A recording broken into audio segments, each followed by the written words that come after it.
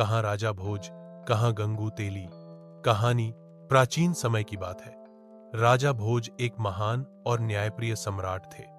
उनकी ख्याति दूर दूर तक फैली थी। वे विद्वानों को सम्मान देते थे, प्रजा का ध्यान रखते थे और युद्ध में पराक्रमी थे।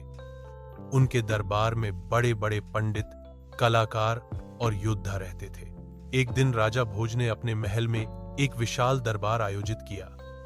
देश के कोने कोने से राजा, महाराजा, मंत्री और विद्वान आए। भोज सिंहासन पर बैठे थे और सभा में एक से एक गुणीजन विराजमान थे।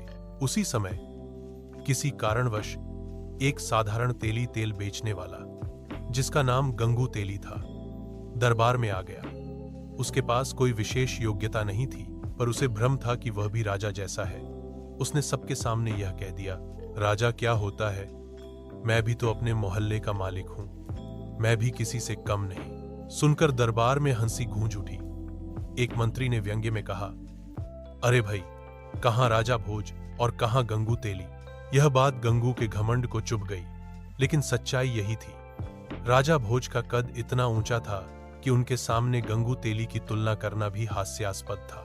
कहावत का अर्थ, कहां राजा भोज, कहां गंगू तेली, इसका इस्तेमाल तब किया जाता है जब कोई अयोग्य व्यक्ति अपने को योग्य से बेहतर समझने लगे, जब दो असमान चीजों या लोगों की तुलना की जा रही हो, जब कोई अपनी औकात से ऊपर जाने की कोशिश करे